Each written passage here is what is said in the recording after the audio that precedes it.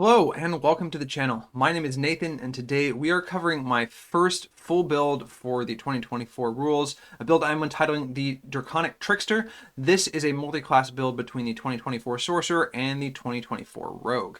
I'm going to be using a few features from some past books, which you should be totally fine to use, anything that hasn't been updated or replaced. So this is a build I've been working on for a long time. I'm really excited about it. This is a build I would be very, very happy to play as my first character in a game with the 2024 rules. They've got some really cool stuff that they can do, so let's jump right in. So this is our agenda for this video. I'm going to introduce and talk about the build concept. Then we'll go through the build progression from level 1 to level 17. Level 17 is where I stop typically doing all my math, but I will cover the last 3 levels in the summary at the end. At each of our key thresholds, so level 6, 9, 13, and 17, I'm going to do a damage report and kind of talk about the tactics of this character and the kind of damage they can output. This is going to be a damage per round build. Now, compared to my past builds, I am expanding the math and the numbers I'm presenting at these damage reports a little bit. I'm going to be presenting the numbers, kind of the damage you'd expect from this character across a more reasonable adventuring day rather than just a single encounter where they can go all out. And then after the summary of the build, I'm going to present and talk a little bit more about some of the alternate options that I'll mention briefly throughout the course of the video. So, introduction and build concept. This build is designed mainly to utilize the new core sorcerer features with a new / reworked cantrip to enable you to reliably double sneak attack every round for high sustained damage output. Now, importantly, sneak attack, it worked like this in the 2014 rules. It still works like this in the 2024 rules. It is limited to once per turn, not once per your turn. So if you can find a way to reliably attack on someone else's turn and still meet the qualifications for sneak attack, you can trigger the damage a second time each round using your reaction. The concept of this character started from there, and this is kind of what I built it on, but the character actually doesn't have to do this tactic all the time, and it's actually very well rounded. So how does this combo work? So the first core combo piece is sneak attack. So again, once per turn, not once per our turn, we can deal extra damage if we hit and had advantage on the roll and are using a finesse or a ranged weapon or an alternate condition that is an ally is within 5 feet of them. We don't need advantage. The next piece of the combination is the new innate sorcery feature out of Sorcerer that they got at level 1. So for a bonus action for 1 minute, that you get advantage on the attack rolls of all sorcerer spells that we cast. Additionally, you also the spell save DC of your sorcerer spells increases by 1, and you can use this twice per long rest. Now, obviously making attacks with a bow is not making attack with a sorcerer spell, right? Well, this is where the new reworked True Strike cantrip comes in. We're going to take this from Sorcerer. This makes a weapon attack as part of its casting. So importantly, this will therefore qualify for innate sorcery, which means we'll have advantage all the time, and therefore we can sneak attack whenever we're under the effect of innate sorcery and fire off True Strike, provided we don't have disadvantage for some reason. The next piece of the combo is the Quicken Spell Meta Magic out of Sorcerer. This lets you cast a spell as a bonus action, so therefore we can quicken True Strike to attack as a bonus action on our turn and leave our action free. Now, if our action is free, we can actually use it to attack on someone else's turn by using the ready action.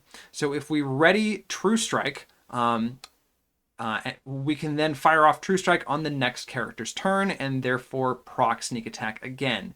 Now, it's important to note that readying a magic action to cast a spell, like True Strike, uses your character's concentration. So you would not be able to concentrate on a spell at the same time you do this. That said, you don't necessarily need Constitution saving throw proficiency to maintain your readied magic action, because we're just going to be firing this off on the next character's turn before they do anything. So there's no risk at any point of someone attacking us and breaking our concentration. Therefore, because the new True Strike uses your spellcasting modifier for its attack and damage rolls instead of your normal attack modifier, this character is going to be Charisma primary and Dexterity secondary. Now, there is a quick thing I want to mention here. There is a hybrid option that you can do that will allow you to concentrate on spells, and that is this. If we ready an attack after our first True Strike hits, instead of readying a magic action, that will not use our concentration. Now, the weapon of choice on this build is going to be a short bow, and a short bow has the Vex weapon mastery, which we'll be able to use because we are a rogue.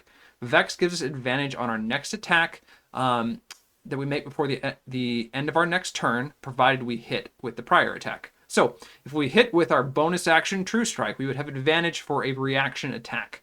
Innate Sorcery does not apply here to give us advantage, but Vex does. And this would use our Dexterity instead of our higher Charisma, so a little bit lower to hit and lower flat damage. But the advantage of this, even though you lower your damage per round a tiny bit, you can still concentrate on a spell because readying an attack doesn't use your reaction.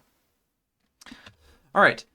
So this character is going to end up being an effective charisma and dexterity skill character, and they're going to be adapted in both social and infiltration situations. They're also going to be a surprisingly effective controller and nuker in combat, provided you pick the right spells, especially as we get to some of our later rogue features. This character is also going to have really solid defensive abilities through rogue class features, as well as our defensive spells out of Sorcerer. Now, it is important to note that the damage per round tactic, whether you're going the full damage per round with the Ready True Strike or the hybrid version where you ready an attack if your first True Strike hit, that uses your reaction every round. So there's actually a trade-off there. You lose your defensive abilities to use things like shield or absorb elements or uncanny dodge, because you're going all into that damage. So in a real game, I don't think you would be doing the damage for the full damage per round tactic I outlined every single round. As a matter of fact, I think especially if you thought you were going to be taking attacks, I would leave my reaction free to defend myself. Yeah, again, overall, this character actually ends up being very well-rounded and able to contribute significantly in pretty much every pillar of play. Now, the books you will need for this character, you'll need the 2024 Player's Handbook. You also need Xanathar's Guide to Everything and Tasha's Cauldron of Everything. I'm going to be using a feat from Xanathar specifically, and then a spell or two from each of these books that wasn't reprinted in the new Player's Handbook. But the build will work perfectly fine without either of these additional supplements. It won't work quite as well, but it'll still be a fun and very powerful character to play. All right, so let's jump into our build progression. So at level 1, for our starting class, we are taking Rogue. Now, this is a choice I agonized over quite a bit. I really wanted to do Sorcerer on this build. I really like having Constitution saving throws in particular to maintain concentration on spells, but ultimately I went over to the Rogue. So as a rogue, we get dexterity saves and intelligence saves instead of constitution and charisma. Now, one of the big reasons why I went this direction, this character is going to be mostly a rogue by the end of the build, and we are going to have the evasion feature, so having dexterity saves will help a lot in reducing damage there. Additionally, if we're going for maximum damage per round, our concentration can't be broken because we're just using it immediately with the ready magic action, so you don't actually need Constitution saving throw as much if you're going that way.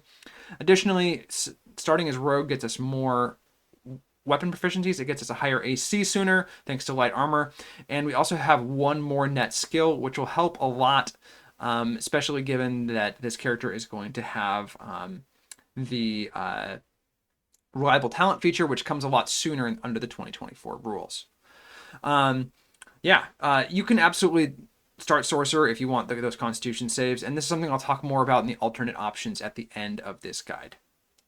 We also get Expertise in 2 skills as a first level Rogue. Make sure you get Stealth. It's actually really important for the new and improved Hide action.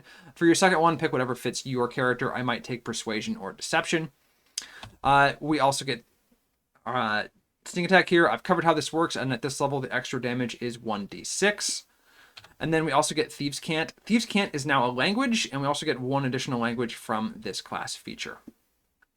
We also get Weapon Masteries here, which is something that all martials get. And as I talked about, we are going to be taking the short bow mastery with Vex. This is going to be our weapon of choice. You could use a hand crossbow, but it has much shorter range than the short bow. The short bow has a range of a normal range of 80 and a long range of 320. 80 should be more than enough to cover most battlefields. And you could go with like a light crossbow here, but I don't really like the light crossbow mastery, and I think Vex is going to be much better in the long run. For your second one, pick whatever you want. I might go with the dagger for the Nick mastery, so you can dual wield if you want to, or you can do scimitars or something, but it doesn't really matter on your second one. This is going to be mainly an archer build, so short bow is your main go-to. For our starting equipment, we get 100 gold from our class and 50 gold from our background. I would buy some studded leather armor, a short bow, a quiver, some arrows, an arcane focus, and probably thieves tools, and then you can use the rest of your gold on pretty much whatever you want. As for our background, I want to do a custom background for this character. None of the default backgrounds really fit this build. We need 2 of our ability score increases under the new 2024 rules to be dexterity and charisma, and we also don't want proficiency in thieves tools out of our background as we're already getting it from our class. And the ideal origin feat I want on this character is the alert feat. So yes, the ability scores I'm picking on my custom background, dexterity, charisma, constitution. And then our feat is going to be alert. The new alert feat gives you proficiency. Well, you got to add your proficiency to your initiative checks, and then you can swap initiative with one willing ally if you want to. For the 2 skills, it doesn't really matter. I would go with, say, Persuasion and Arcana on this character. And for our tool proficiency, let's take a Poisoner's Kit, and let's take the 50 gold pieces, which we already spent, to get our starting equipment. Now, that said, if you have to use a core background, I would go with the Entertainer background. It does give us dexterity and charisma, and Musician is also a pretty decent feat to have. Also, if you want to be good at making spell scrolls, take Calligrapher's Supplies as your tools. This will be important for one of the alternate versions of the build, which I'll talk about at the end of the guide again. We also have for our ability scores, we are going to do the point buy method as always. So I'm going to get a 15 in dexterity and put one of our +1s there, a 14 constitution, a 10 wisdom. You could also get a 10 intelligence instead. It's up to you where you want to put that 10, and then a 15 charisma with our +2 there. This will give us a starting hit points of 10, so 8 from being a rogue +2 from our constitution modifier. For our race, we are going to go with the Wood Elf out of the new 2024 Player's Handbook. Now, any Elven race in particular can work here. I like this one quite a lot, especially given some of the spells that they get. I think the Shadar Kai or Eladrin out of the Monsters of the Multiverse book would probably be the most powerful, but I really wanted to use a race out of the new Player's Handbook. So, the Wood Elf is a medium humanoid with a 35-foot base speed, so you are fast. You have dark vision out to a range of 60. You have Fey Ancestry, so advantage on any save to resist charm. You have keen senses, so you get proficiency in an additional skill, either perception, insight, or survival. And then you have trance. So this is much like the trance out of Monsters of the Multiverse. You can rest, you can finish a long rest in 4 hours, and you don't need to sleep. You're still conscious during your trance. Now, the Wood Elf also gets elf spells. You get to pick your casting modifier for these. It doesn't really matter. Here at level 1, we get Druidcraft, and then at level 3, we get Longstrider, and then at character level 5, we get Pass Without Trace. We can cast each of these spells once without spending a spell slot, and then we can also cast them with any spell slots that we do have. Pass Without Trace is particularly really good for this character because it gives you a flat +10 to stealth, which is going to be a big deal if you want to sneak in, and we can really take advantage of hiding the new hiding rules on this character. You can get advantage on initiative and all sorts of cool stuff with it. It's great. All right. Now, one thing I want to talk about here before I talk about level 2 is the RP of this character. I imagine that this character is going to be... well, this is going to be a Draconic Bloodline Sorcerer ultimately, but one of the things, and you can kind of see from the picture, I really imagine this character being associated with green dragons. Green dragons in particular are cunning, they're crafty, and they're overall very tricky and gamesome. And this character is really going to embody that mischievous personality, both through their sorcerer levels and their rogue levels. Other than that, you can kind of take the RP anywhere, but overall, this character is a trickster, and again, I think going off a green Draconic Bloodline would be great as a launching point for your role-playing. Now, at level 2, I'm immediately going to take a Sorcerer level here. We're taking this multi-class to get, namely, Innate Sorcery and our True Strike cantrip online as soon as possible. So, as a level 1 Sorcerer, we get the Sorcerer spellcasting. So we cast with Charisma, we can use an Arcane Focus. We get 4 cantrips. We can replace 1 every time we level up. We get 2 prepared spells. This is basically the same as known spells, but because we can only swap out 1 spell every time we level up. And we have 2 first level spell slots at this point. Now we also get that innate sorcery feature I talked about in the intro, and we can use this twice per long rest. So now we have, well, let's talk about the spells that we're going to pick. So the cantrips I would pick here, let's take Acid Splash. This is a flex slot. I'd probably take Minor Illusion just for out of combat utility, and then Mind Sliver for control, and then our core True Strike. For our prepared spells, let's take Shield to augment our defenses, and Sleep. Sleep got a rework and now requires a save, but it's generally more applicable and doesn't care about health pools anymore. It also has a smaller area of effect. But overall, we can use this for early control, and we can potentially swap it out later if we want. But it's great here at low levels. Now, at level 3, we are going to go back to Rogue. So as a second level Rogue, we get Cunning Action. So as a bonus action, we can dash, disengage, or hide. Now, hide is going to be key later. And let me quickly explain how the hiding rules work. So hide is now a flat DC 15 stealth check, which requires you to either be heavily obscured or in 3/4 or total cover, and you can't be in any enemy's line of sight. On a success, you gain the invisible condition, and you note your total, and that is the DC of a perception check to find you later. This invisible condition will end after you make a sound that's more than a whisper, or if an enemy finds you, or after you make an attack roll or cast a spell that has a verbal component. We also get Longstrider here from our race. That is the +1 on our spellcasting here. We have Druidcraft plus all of our Sorcerer spells, and our 2 Sorcerer spells plus Longstrider. All right. At level 4, we are going to continue in Rogue. As a 3rd level Rogue, our sneak attack does bump up to 2d6, and we get our Rogue subclass, which is going to be Arcane Trickster. Now, even though we dumped intelligence, we do get spellcasting here, and then one of the main reasons I took this subclass in particular is because I want to be able to scale my spell slots with my main class, which is going to be Rogue. Because having spell slots is going to be key to fueling this character's damage per round as part of their engine, which I'll talk about in a little bit here. So we get Arcane Trickster's spellcasting, which uses intelligence. We get 3 cantrips. One of them has to be Mage Hand, and the others can be your choice. I'm going to take Blade Ward and Message. For the stuff that you take out of your Rogue class in general, don't take anything that requires your spell save DC or your attack bonus to be good, because it's going to be trash. For your spells, let's take Find Familiar. This spell basically hasn't changed from the 2014 rules, and it can still take the help action to give us advantage on an attack, which is going to be great for encounters when we don't have innate sorcery available. Let's take Fog Cloud for some utility, and then Absorb Elements for defense, and we can swap out 1 spell per rogue level. Now, it's important to note here, you could absolutely, swap out Fog Cloud for another utility spell. If you're allowed to use the Silvery Barb spell from the Strixhaven book at your table, I would absolutely use that. You could also use Disguise Self to be extra tricky. And another thing I want to talk about here briefly with Find Familiar that works with the new alert feat. So your familiar rolls its own initiative in combat, but it's still your ally. So with alert, you can swap initiative spots with any ally, which means that if you have an owl buddy, you can swap initiative with your owl if they roll better than you, or you can swap your owl to go first. And the familiar that we want to use is indeed an owl, like before, because it has that feature that lets it not provoke opportunity attacks when it flies out of an enemy's reach.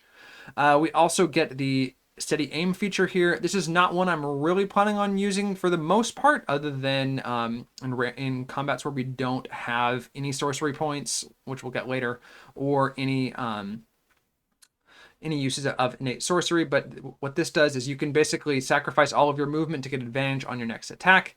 It is decent, and it's going to be something that if this character's in the right circumstances, you'll basically always have advantage. At level 5, we are going to go back to Sorcerer. So as a Sorcerer level 2, we get Font of Magic, so we now have our sorcery points, we get 2. Importantly, under the 2024 rules, Sorcerers can now convert spell slots into sorcery points at a 1-to-1 ratio, based on the level of the slot, with no action required. If you want to convert sorcery points into your slots, it does take a bonus action.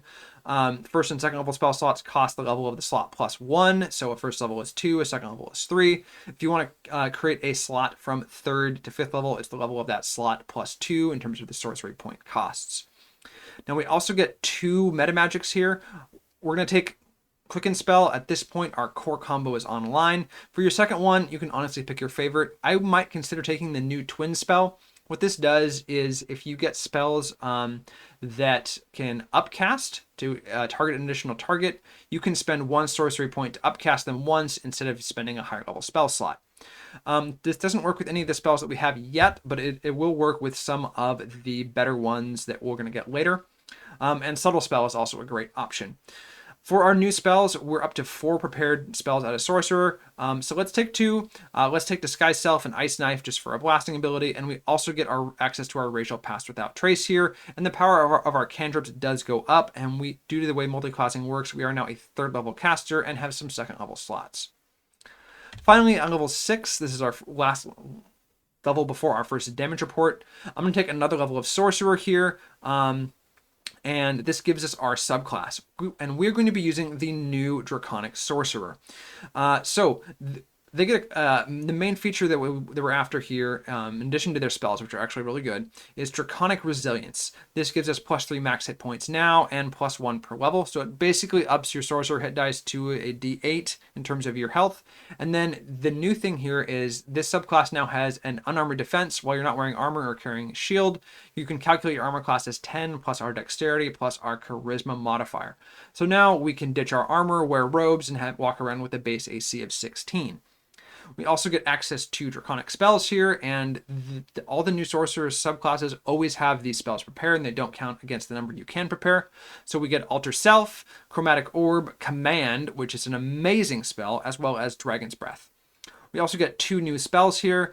Let's take Hold Person for some control. This is a spell that works with Twin Spell. And we'll take Tasha's Mind Whip out of Tasha's Cauldron of Everything. Again, I love this spell. It's a non-concentration control spell that upcasts to target additional creatures. And let's just retrain Ice Knife into the Shatter spell to have a little bit better AoE blasting option. We're up to a 4th level caster now, so 3 2nd level spell slots.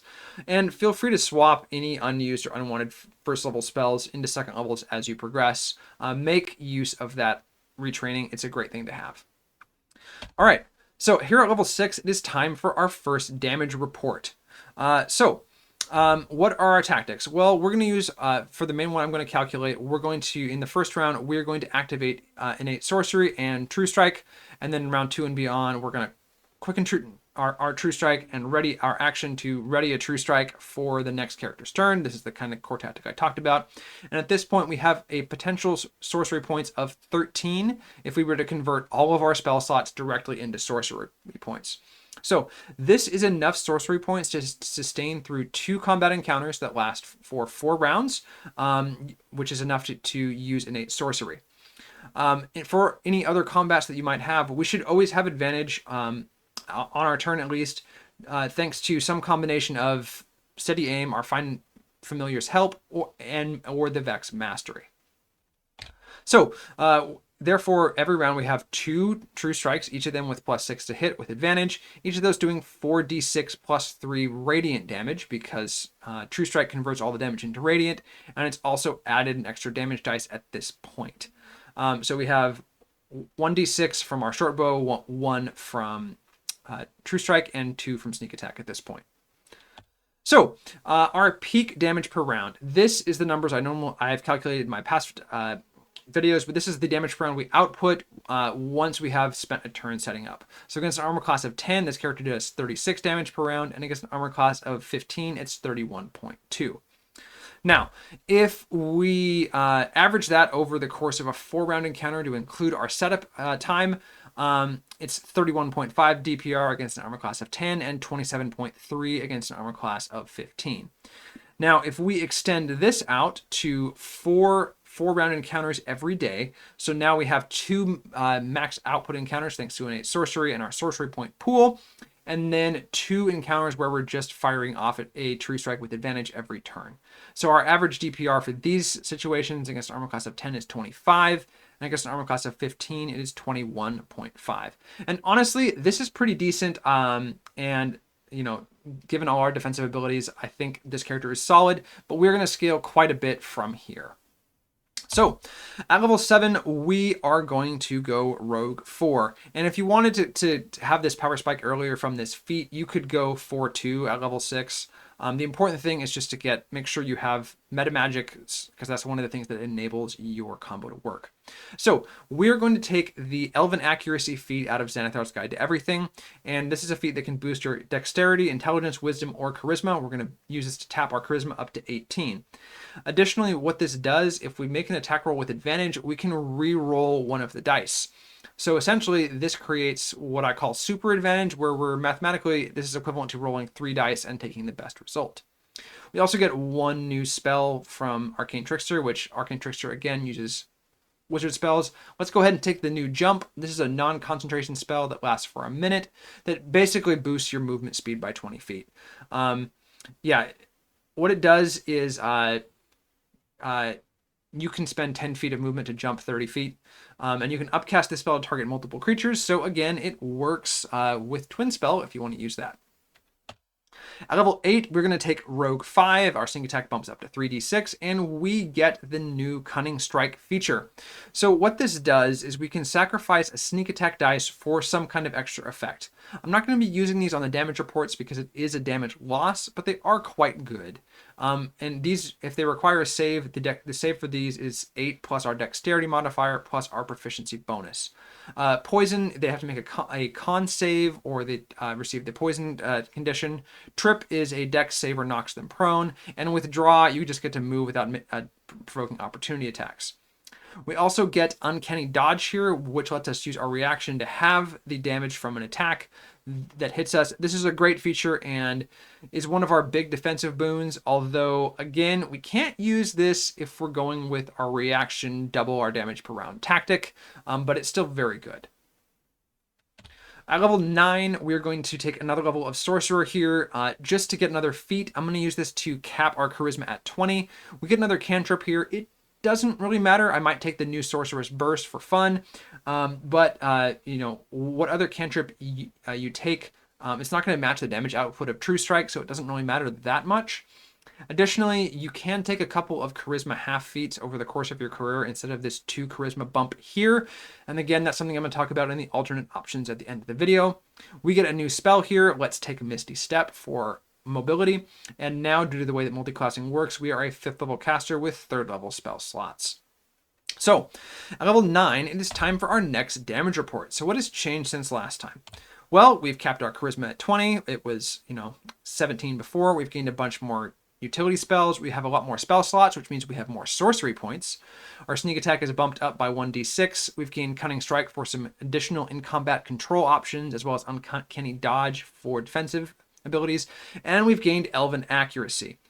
Now, this is going to be a big deal because we were attacking with advantage before all the time, and now it's basically going to be impossible for our Sorcerer, Arcane Trickster to miss. Well, not impossible, but I think you have upper 90s hit chance for pretty much everything. So our tactics for our damage per round hasn't changed, but we now have a potential sorcery pool of 20 points.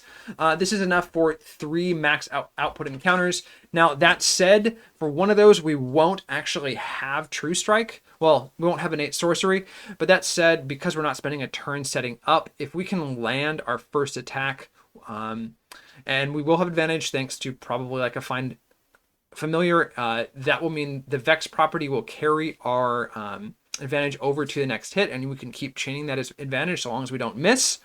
But because there is that chance to kind of break the chain, I'm calculating it the same, even though it has potential to be a little higher. And they are very close. So basically, as long as we have sorcery points, I'm going to consider us able to do a max damage output encounter, so long as we can sustain that. Now, again, I don't necessarily recommend going max output on damage every single combat in a real game, but this is just kind of to assess what our character is capable of if they had to do this kind of damage. So, our peak damage per round, if we discount that Setup turn, against an armor class of 10, it's 50, and against an armor class of 16, it is 48.8. This is an increase of 38.9% against the low armor class and 56% against the higher armor class. That is pretty darn significant, and note that those two numbers are very close. If we go into our average DPR for that 4-round encounter, including that setup turn where all we're doing is firing 1 true strike and activating our innate sorcery, our DPR drops to 43.8 and 42.7. And again, if we extend out to 4 encounters of 4 rounds, and I am giving us a short rest between encounters 2 and 3. Again, we have 3 max output encounters here and 1 where we're just making 1 attack every round. And our average damage per round is now 39.1 and 38.1 in these cases. And this is again a pretty nice boost from last time. And a lot of this is due to Elven accuracy and having more sorcery points. All right, at level 10, we are going to go back to Rogue, and I'm going to take Rogue for all the levels between now and our next damage report. So as a 6th level Rogue, we get a couple more expertise, pick whatever you want, and we are now a 6th level caster because we have 2 caster levels from our 6 Rogue levels. At Rogue 7, our sneak attack bumps up to 46. This is character level 11, and we get evasion. So now if we fail a dexterity saving throw, we take half damage, and if we pass and would take half damage, we instead take no damage. And then we get the new, well, it's not new, but we get the reliable talent feature, which now comes online at level 7 instead of level 11 like it did before, although we are still getting it at character level 11. So what this does is any skill that you're proficient with, your minimum roll on the dice for that skill is a 10. So if you roll a natural 1 or you roll a 9, it's a 10. So importantly, the minimum roll that we can make on a stealth check now is 21, and it's 31 if Pass Without Trace is active. So if we are using that cunning action hide in combat or before combat begins, it's going to be very difficult for us to be found. We also get a new rogue spell here out of Arcane Trickster. They have importantly removed the School of Magic restriction from Arcane Trickster. I should have mentioned that earlier, but it is a big deal. And let's go ahead and just take invisibility for, again, making this character even harder to find. This is also a spell that can target multiple creatures if you upcast it, so it works with Twinned. So we can make our party invisible if we're not using Pass Without Trace. The power of our cantrips also goes up here at this level. At level 12, we are a Rogue 8, and we get another ability score increase or feat. Now, I wanted something here to fortify my mental defenses. Usually, I would take something like Resilient Wisdom at this level. Resilient is okay, but I actually want to take the new Mage Slayer here, and we can use this to bump our dexterity. So this has 2 features. The first one is Concentration Breaker. This is nice. It's not the reason I'm taking this. Basically, this gives us, if we damage someone, they have disadvantage on their saving throws to maintain concentration on spells. But the big thing here is the Guarded Mind feature. So once per short or long rest, when we fail an intelligence, wisdom, or charisma save, we can just cause ourselves to succeed instead. So even if we had bumped and given ourselves wisdom save proficiency, we wouldn't be that good at them, and there's still a decent chance that we would fail. But with this, we can just say that we pass, and I think it's going to be a really good thing to try. Some of it may depend on the frequency of like any mental save in the games that you play, but I think on a lot of builds going forward, especially if they're martials, I might be actually wanting to take this spell around this level to fortify my mental defenses as an alternate to Resilient Wisdom. I think it's actually really good. We get another new spell here. I would take Mirror Image, but honestly, you can pick whatever you want. At level 13, we are a Rogue 9, and our sneak attack bumps up to 5d6, which is great, but we get our next Arcane Trickster subclass feature, which is called Magical Ambush. So what this does is if we have the invisible condition when we cast a spell on a creature, it has disadvantage on any saving throw it makes against the spell on that same turn. Now, this is a massive power spike for our control abilities. Namely, this works on any spell, not just Arcane Trickster spells, so it works with our Sorcerer kit. remember how we have reliable talent on stealth and it's, our stealth checks are very high. Well, now we can cunning action hide into a control spell like command or Tasha's mind whip or that kind of thing. And it'll land very, very reliably. This is a big deal and something that I would be very excited to get on this character at this level. We're also up to 4th level spell slots now, by the way. But at level 13, it is in time for our next damage report. So what has changed since last time? Well, we've bumped our sneak attack all the way up to 5d6. Our cantrips have scaled again, so that's another d6 for True Strike. We've gained more utility spells and more spell slots. We've also gained evasion for defense. We have reliable talent for hiding. And importantly, we've gained magical ambush, which is going to be, again, massive for our control abilities and potentially even for nuking if we want to cast spells. All right. Now, our damage per round tactics, again, they haven't changed, but our potential sorcery pool points has boosted up to 27. So this is basically enough to do max output encounters on basically any encounter that we want to. Our True Strike is now plus 10 with super advantage thanks to Elven Accuracy, doing 8d6 plus 5 radiant. All right, so our peak damage per round, so this is our damage per round every round in a max output encounter after we've spent one turn setting up, is up to 74 and 72.2 against a higher armor class of 17. This is an increase of 48%. Our max damage output encounter average damage per round is 64.8 and 63.2. And for our daily average, it is the same because we have enough sorcery points at this point to basically do max output encounters all the time. All right, let's move on to level 14. I'm going to take a 5th level of Sorcerer here. And this is a level I've wanted for a long time on this build. You could absolutely take it earlier, but the big deal here is 3rd level spells. I'll cover those in just a bit, but first we get Sorceress Restoration. What this does is we can restore sorcery points equal to half our sorcerer level rounded down, so that'll be 2 at this level during a short rest, and we can do this once per long rest.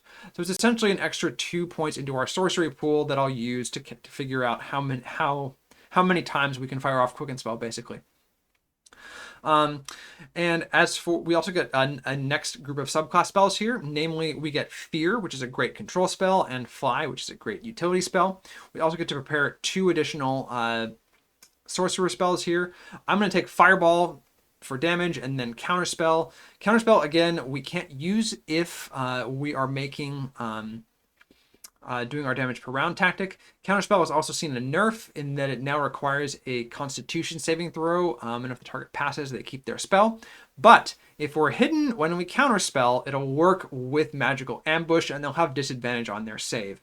So potentially, if you attack and then hide, and then someone tries to cast a spell and you counterspell them, they'll have disadvantage on that save, and that's something that actually makes this character, you can actually lock down casters really hard, especially given we have this and Mage Slayer. Additionally, I would use a retrain here to drop a spell, say Sleep, into a 3rd level sorcerer control spell of your choice, either Hypnotic Pattern or Slow. Now, Hypnotic Pattern causes a charm condition, which might be resisted quite a bit at this level, and Slow, its condition is not that, and is not as often resisted, so I might go for Slow here myself. At level 15, we are a Rogue 10 and unique among classes. Rogues actually get another feat here. So we're going to take Sharpshooter and boost our dexterity to 18. So Sharpshooter has 3 main bullets. The first one is bypass cover. So we ignore half cover and 3/4 cover when making attacks. So no more bonus to enemy's armor class. It has the new firing in melee bullet, which we don't get disadvantage for making ranged weapon attacks while enemies within 5 feet of us. And then it has long shots. We don't get disadvantage with attacking at long range. So we can now fire our longbow up to, well, not our longbow, our short bow up to 320 feet. Obviously, this feat is nowhere near as good as it was under the 2014 rules, where it had that -5 +10 mechanic. But that said, they've removed all of that. I think it's good for the game. And at this point, this is mainly here probably for the long range extension and the bypass cover. It'll help you hit more reliably in those situations, and it also boosts our dexterity up to 18. You could absolutely take another feat here. I might consider the new Speedy, which is basically a reworked mobile, or say Skill Expert. But at this point on my version of the build, I would want to do something to bump my dexterity up by 1. We get a new spell here out of Arcane Trickster. Pick your favorite. I might try Rope Trick. We also get a new cantrip off the wizard list. Again, pick whatever you want. Just make sure it's a utility one because our intelligence is dirt. At level 16, we are going to be a rogue 11, and our sneak attack is up to 6d6. We get improved Cunning Strike now, so we can now pick 2 options when we take a Cunning Strike, and we pay the dice cost for each effect. So we could now trip and poison, or trip and withdraw, and that kind of thing. We all get another new spell here as well. Pick whatever you want. I might take Misty Step. Now, important to note here, Misty Step is we already have it off the Sorcerer list. But if there isn't really a spell that you want that's a 2nd level wizard spell, you could take a sorcerer spell you already have, because we are going to take another sorcerer level next level. So at level 17, the last level I do this in detail for, we're going to be a sorcerer 6. And I'll explain why we're doing this in just a little bit. But we get another subclass feature here, Elemental Affinity. You get to pick a damage type. Acid, cold, fire, poison, lightning, and thunder. And whenever you deal damage with a spell that does the damage type, you can add your charisma modifier. I would honestly take acid for green dragons. That's kind of what they're associated with, and it's been kind of the theme of our build. This would mean our acid splash cantrip would do pretty decent AoE damage if we needed it to. We get another new spell of 3rd level or lower. You can retrain something else as well. So if you took Misty Step from Rogue, you could retrain your Sorcerer Misty Step into something else. And the power of our cantrips goes up here. Now, I could have taken Rogue 12 as our last level in this progression, but what I really wanted to do is to set up for level 20 in particular. So under the 2024 rules, you you are eligible for a new kind of feat called Epic Boon Feats once your character is level 19. Now, we are missing both class capstones here as a multi-class character, but if we set it up so we get a feat at character level 19 and character level 20, we can take 2 epic boons. So our end goal on this character is to be a level 8 sorcerer and a level 12 rogue, but we don't want to take that 8th level or that 12th level until characters levels 19 and 20.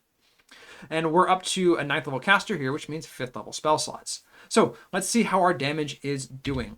So it's time for our final damage report. What has changed since last time?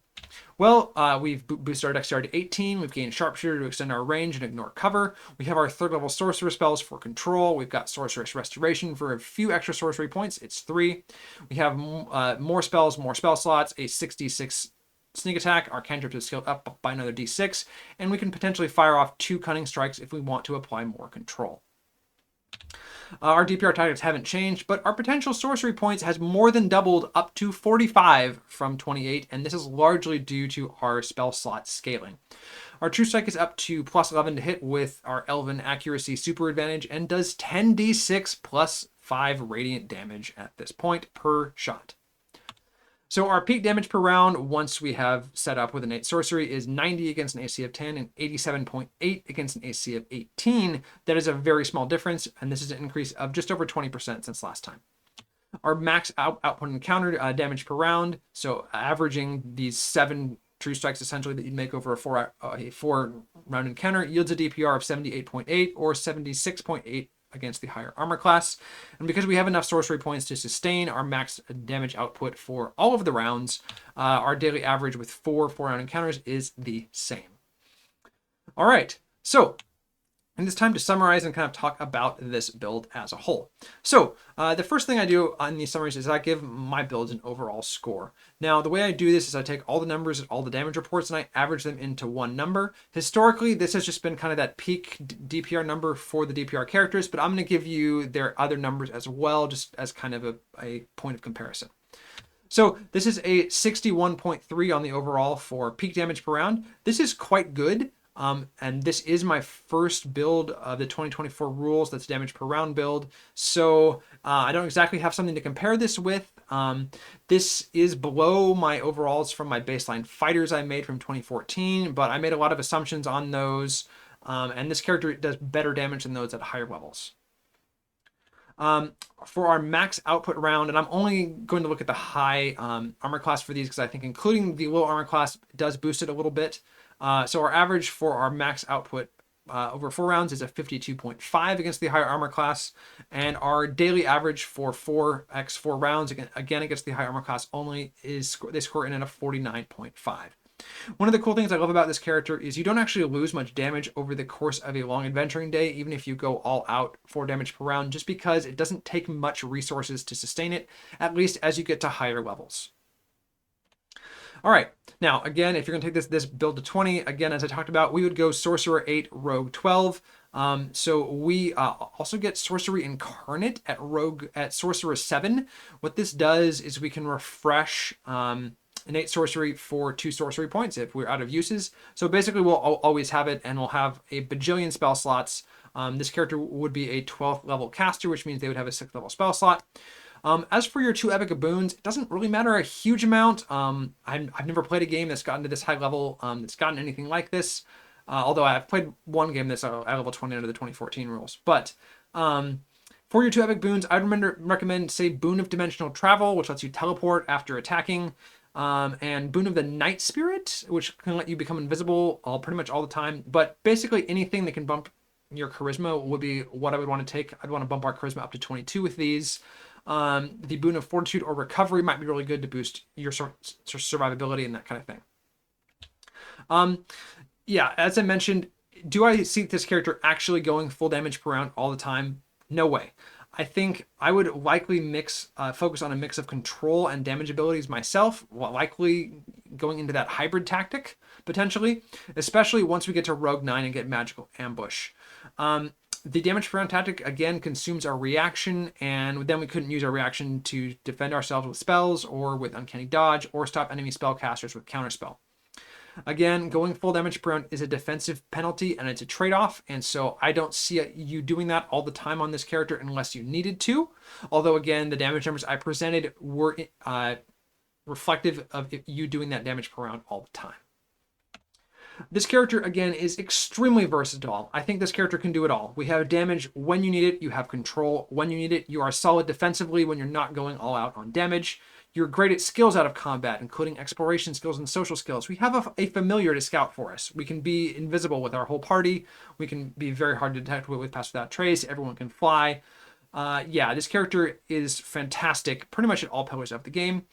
Another thing I love about this character, you roll a lot of dice. With sneak attack, I think rolling more dice is very fun, and you basically never miss. Missing feels bad, but once you get Elven Accuracy on this character, your hit chance stays in the upper 90s against any armor class you should reasonably face.